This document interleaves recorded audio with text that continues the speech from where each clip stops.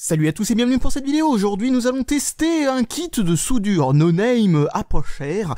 Alors vous savez, pour tout ce qui est soudure etc, je vous ai déjà montré des produits no name et la plupart du temps ce qui est no name fonctionne plutôt correctement.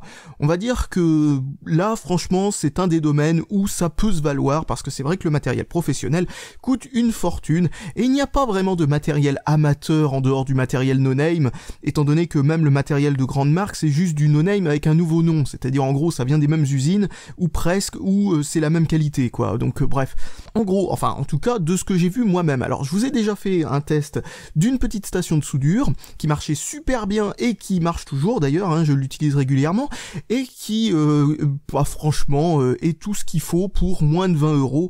Je vous conseille d'ailleurs de regarder la vidéo concernant ce truc là, si vous voulez quelques informations là-dessus. C'est le IUA, je sais plus combien, 936 ou 939, c'est à peu près la même chose.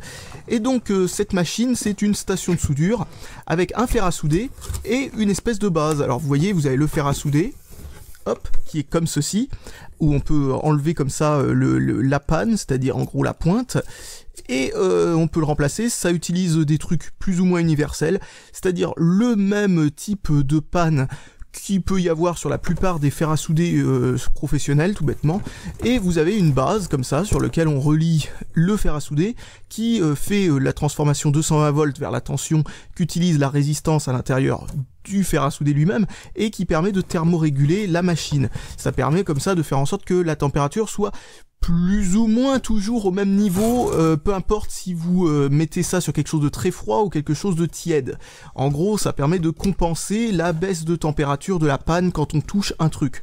Bon, bien sûr, c'est pas super bien fait par rapport aux produits professionnels, mais ça fonctionne suffisamment bien pour faire absolument n'importe quel travaux.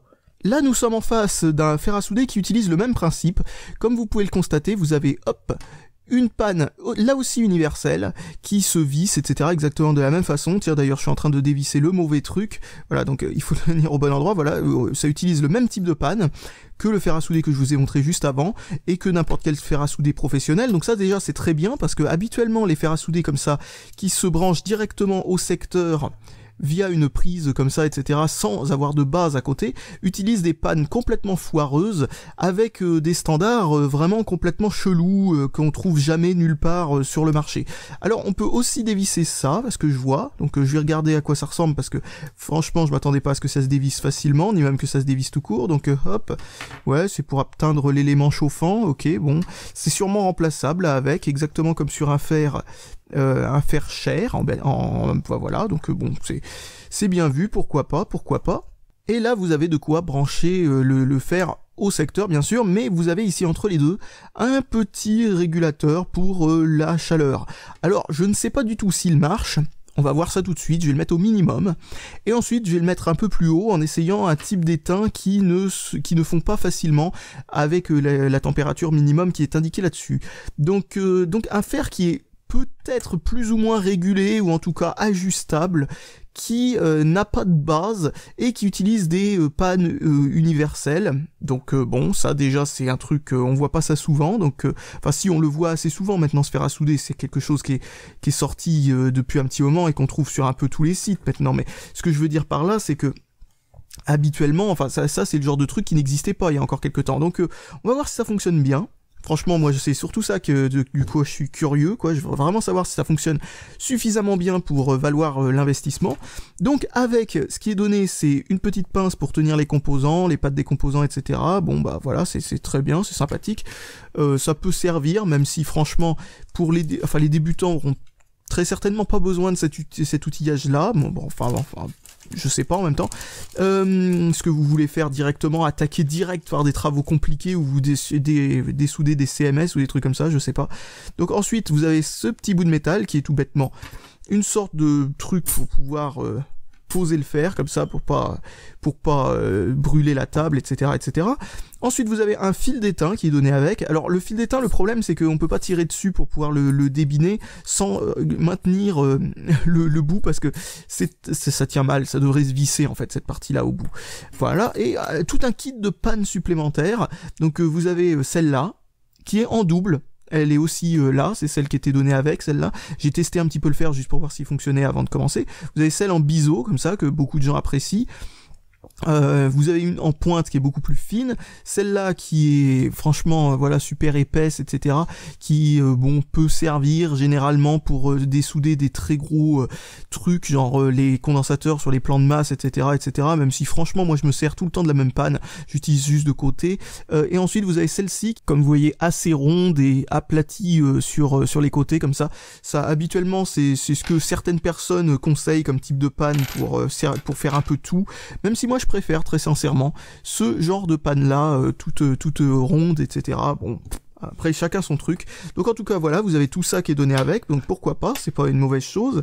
Vous avez de quoi choisir un peu tout, et ensuite, enfin ce que vous voulez en fait là-dedans, et puis avoir des pannes de rechange. Et ensuite vous avez une pompe à dessouder. Alors ce truc là c'est simple. Vous posez le fer à souder dessus, sur une soudure, vous faites fondre, et pendant que c'est en fusion, vous faites plop, et hop, ça aspire l'étain, etc. Et ça débouche, par exemple, un trou, je ne sais pas quoi, pour pouvoir bêtement enlever le composant, etc., etc. Donc bref, ce qui manque par contre dans ce kit, et je trouve ça dommage, c'est une tresse à dessouder. Donc c'est tout simplement un système pour dessouder d'une autre façon que la pompe à dessouder. Il suffit de faire chauffer ça par-dessus l'étain, et hop, ça aspire l'excédent d'étain, etc. Je trouve ça plus facile à utiliser dans la majorité des cas. Ça c'est plutôt pour dessouder des composants traversants, genre des gros condensateurs ou des trucs comme ça. Sinon c'est habituellement pas très utile. Bon bah alors c'est parti pour faire chauffer ça. Donc hop, c'est parti pour brancher ça sur le secteur. Clic, voilà, c'est fait. Alors, il n'y a aucun voyant pour indiquer que ça chauffe ou quoi. Non, visiblement, il y a un petit quelque chose ici. On voit une petite lueur à travers. Donc, ok. Enfin, je suppose que c'est bien ça, hein, parce que ça... Attendez, je vais le débrancher, juste histoire de voir. Ouais, il y a une petite loupiote à l'intérieur. Ah bah voilà. C'est dommage malgré tout qu'il n'y ait pas un moyen de le voir plus en détail, mais voilà, au moins ça c'est déjà fait. Est-ce que cette loupiote clignote avec le thermostat? Je ne sais pas, on va voir ça un peu plus tard. Alors ça fait un peu moins d'une minute que ça chauffe et l'étain commence à fondre sur la panne, donc c'est parfait. L'étain donné avec, hein, je précise. Donc ouais, pas de souci. Pour l'instant, ça fond sans souci. Le voyant est toujours allumé, donc je sais pas si ça veut dire qu'on n'est pas encore à la température que l'on voudrait, ou si c'est parce qu'il reste tout le temps allumé, quoi qu'il arrive, du moment que l'on branche le truc. Ça, j'en sais rien. On va voir ça tout de suite. Bon, j'ai bien l'impression que ça reste allumé en permanence, parce que une minute plus tard, c'est toujours pareil. Donc je nettoie mon fer à souder en mettant de l'étain dessus, et en le brossant, c'est ce qu'il faut faire de toute façon tout le temps avec un fer à souder quand on vient de l'allumer, et quand il est un peu sale, ou quand il est neuf, ou peu importe, enfin en gros il faut faire ça tout le temps, ou quand il commence à déconner, quoi, ça commence à coller n'importe comment. La fusion de l'étain est tout à fait honnête, à ce que je vois, au paramètre le plus bas. Qu'est-ce que je cherche? Ah oui, donc je cherche de l'étain sans plomb, parce que l'étain sans plomb, c'est plus difficile à faire fondre. Donc on va voir tout de suite si ça fond. Oui, ça fond au paramètre de base minimum. Donc à mon avis, il doit être plus chaud que ce que dit le bouton, quoi.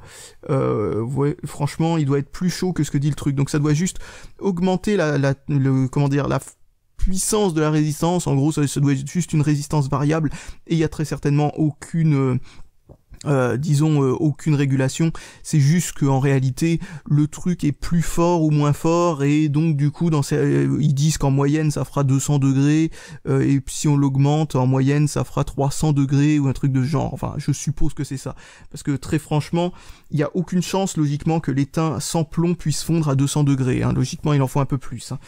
Donc bon voilà, c'est fait. Donc maintenant ce qu'il va falloir tester, c'est est-ce qu'on peut dessouder un condensateur de manière, on va dire, à peu près convenable. Alors voici une carte mère avec des condensateurs complètement grillés partout. Donc j'en ai un ici et un là. Alors j'ai réglé à 300 degrés, ce qui est équivalent, vous voyez qu'il y a marqué que c'est encore vert. Bon, je suppose que ça veut dire que c'est pas trop dangereux pour le faire en lui-même ou un truc du genre. J'ai aucune idée de ce qu'ils veulent dire par là. On va utiliser l'étain donné avec pour voir s'il est suffisamment bon. Voilà, et on va utiliser aussi la comment ça s'appelle, la pompe à dessouder. Donc voir si ça marche bien.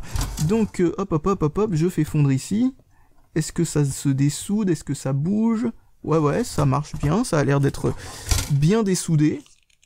Donc je charge la pompe, je mets ça comme ça, voilà, je laisse la chaleur rentrer, enfin venir quoi, voilà, j'en ai enlevé une partie, on en remet un petit peu,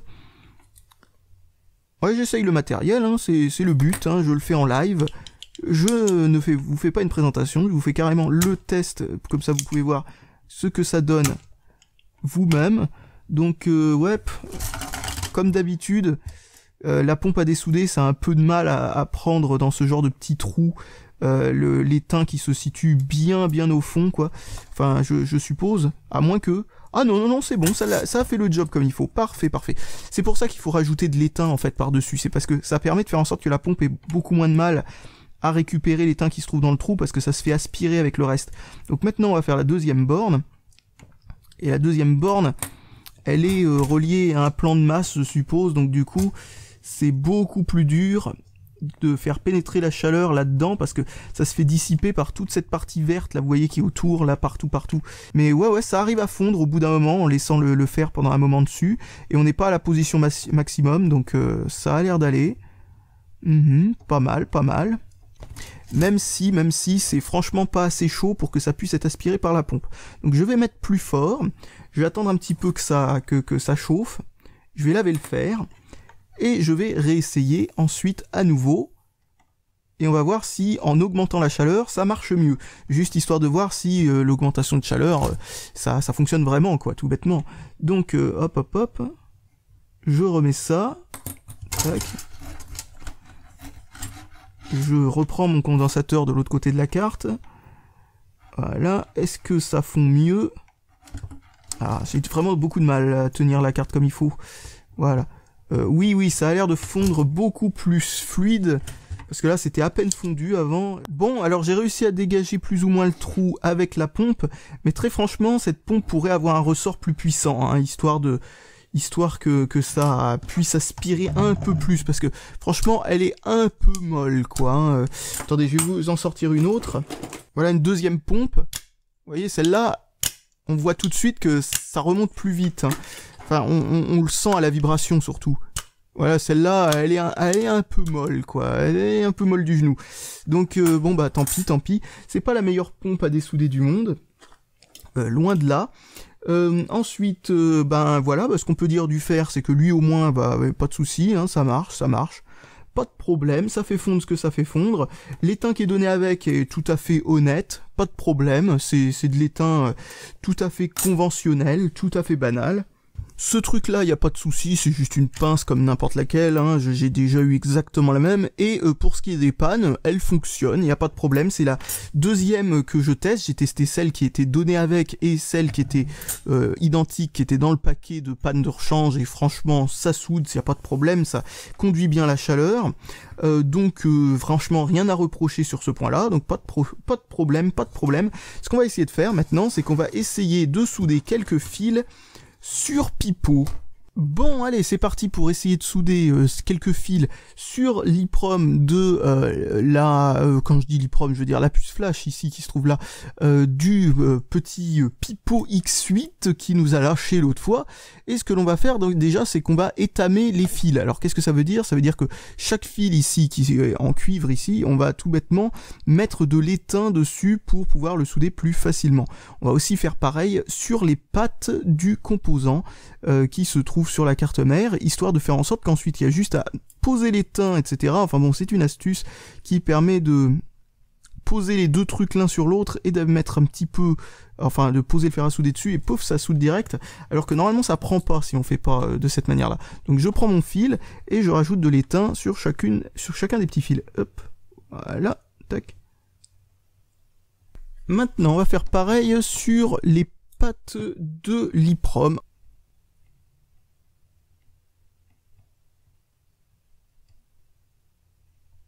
Voilà, c'est fait, mais je me rends compte que la panne ici est beaucoup trop épaisse pour ça, donc je vais la changer. Alors pour la changer, il faut débrancher le fer, bien entendu, et attendre que ça refroidisse.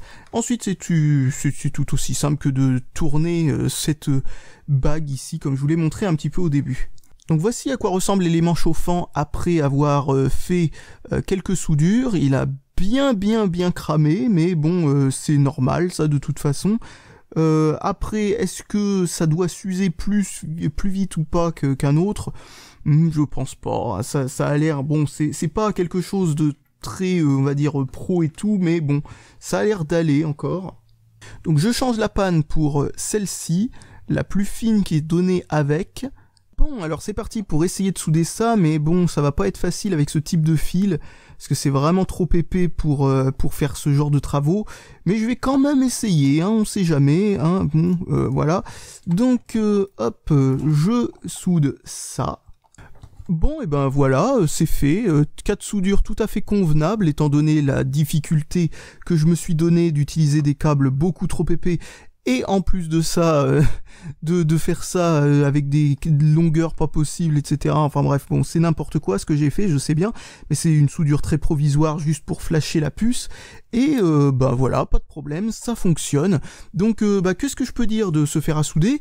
Eh bien, bon, franchement, pour le prix et ainsi, vu aussi ce à quoi ça ressemble, etc., je m'attendais franchement pas à quelque chose d'utilisable, mais clairement, c'est le premier fer à souder sans base que j'utilise qui est clairement suffisant pour pouvoir faire quelques travaux avec sans aucun souci. Donc, je crois que je vais l'utiliser pour faire des trucs. Vous savez, quand je suis dans le déplacement et tout ça, pour pas avoir à ramener quelque chose avec une base, etc., etc., parce que franchement, c'est tout à fait utilisable, hein. Il n'y a aucun souci, franchement aucun. Donc voilà, bah, j'ai plus qu'à vous dire salut à tous, et à la prochaine!